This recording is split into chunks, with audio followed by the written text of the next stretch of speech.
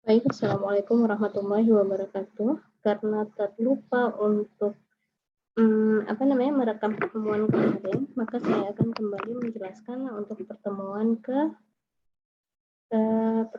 kelima. Sebentar, saya buka dulu ya.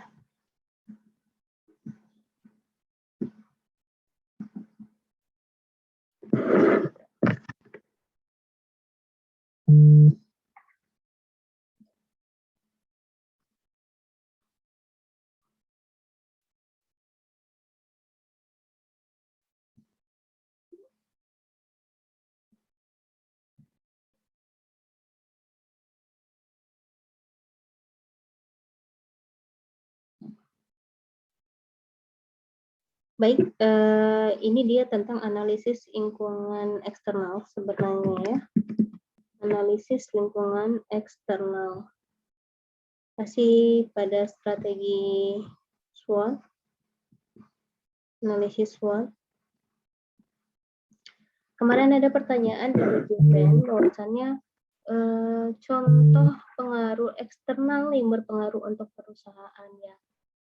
Banyak sekali ya. Jadi ada 5 faktor yang mempengaruhi, faktor eksternal mempengaruhi perusahaan itu ada 5 ya. Politik, ekonomi, salah satunya ya. Jadi teknologi juga gitu ya. Contohnya seperti apa Bu? Ya, perkembangan teknologi di saat 4.0 sekarang, memang kita perusahaan nggak bisa tutup mata untuk nggak mengikuti tren ya.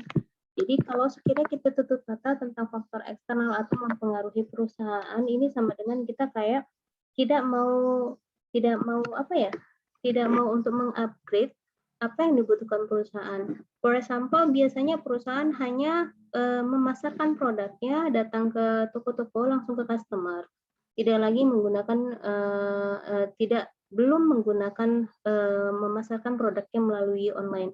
Nah, secara pandemi hampir 2 tahun, maka perusahaan juga harus melihat ini bagian dari dampak pandemi yang memang kita harus dan sekarang memang semua serba online. Bayangkan kalau sekiranya kalian bertahan dengan apa yang kalian miliki di perusahaan, tidak memasarkannya melalui dunia online, maka kalian akan terbatas sekali customer yang mungkin kalian bisa dapatkan cuma hanya customer lokal saja atau yang terdekat saja atau kirim barang seperti customer yang dekat kalau sekiranya kalian mendapatkan atau customer yang loyal.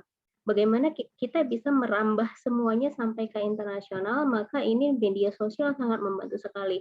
Kalau perusahaan belum membuat itu, maka segera buat, karena kayak masa pandemi ini sekarang semuanya serba online ya. Kalau sekiranya bergerak di dalam alat kesehatan ya sudah bisa dijual secara online itu produk-produk yang berdasarkan seperti itu. Itu untuk pertanyaan dari Bang Zufen kemarin. Ya. Nah, ini faktor eksternal ini merupakan faktor dari luar entitas di mana faktor ini tidak secara langsung terlibat pada apa yang sedang diteliti, terdiri dari 2 poinnya itu ancaman dan peluang. Nah, bisa ancaman dan peluang. Kalau sekiranya kita bisa membacanya, ancaman itu juga bisa menjadi peluang buat kita. Bagaimana bisa, Bu? Ya, kalau sekiranya kita melihat ya, oh ternyata kompetitor kita itu merupakan ancaman buat kita. Dia udah upgrade perusahaannya sampai ke tahap yang lebih wah. Terus kenapa nggak kita? Kita juga ambil gitu kan. Melihat kompetitor perkembangannya bagaimana, apa yang dia miliki itu bisa menjadikan peluang untuk kita. Ya, adanya peluang dan ancaman ini tentu saja dapat memberikan data yang nantinya akan dimasukkan dalam jurnal penelitian sehingga dapat menghasilkan strategi yang tepat untuk menghadapi ke depannya bagaimana. Nah, faktor eksternal juga harus memperhitungkan peluang dan ancaman yang dapat mempengaruhi perkembangan usaha. Hal ini berkaitan dengan pesaing yang saya katakan tadi, kompetitor, tren yang terjadi. Nah, tren yang terjadi seperti apa? Ya, salah satunya dengan maraknya memang dunia teknologi ya. Kita memang harus melek digital saat sekarang. Bayangkan kalau sekiranya pengusaha tidak melek digital, maka kita akan stagnan di tempat saja gitu. Kalau kita berbicara manajemen, maka kita memang harus berbicara up to date. Nggak bisa kita bertahan dengan teori yang itu-itu aja gitu. Banyak perusahaan yang tidak bisa bertahan hanya gara-gara dia merasa perusahaan yang dia pimpin sudah aman. dan tidak perlu upgrade. Sementara kompetitor melihat itu sebagai kekurangan dan kompetitor mengambil sebuah peluang untuk menyaingi perusahaan Anda. Di dalam dunia bisnis adalah mempertahankan usaha memang jauh lebih sulit daripada membangun usaha dari awal, ya. Nah, ini salah satunya ya. Faktor internal, faktor eksternal yang mempengaruhi itu bisa tren, bisa budaya, bisa sosial, bisa sosial politik, ideologi maupun perekonomian, sumber-sumber permodalan, peraturan pemerintah dan lain-lain ya. Nah ini analisis SWOT-nya saya rasa nggak perlu dijelasin lagi karena dari pertemuan kedua dan ketiga ini sudah dibahas ya. Sebentar.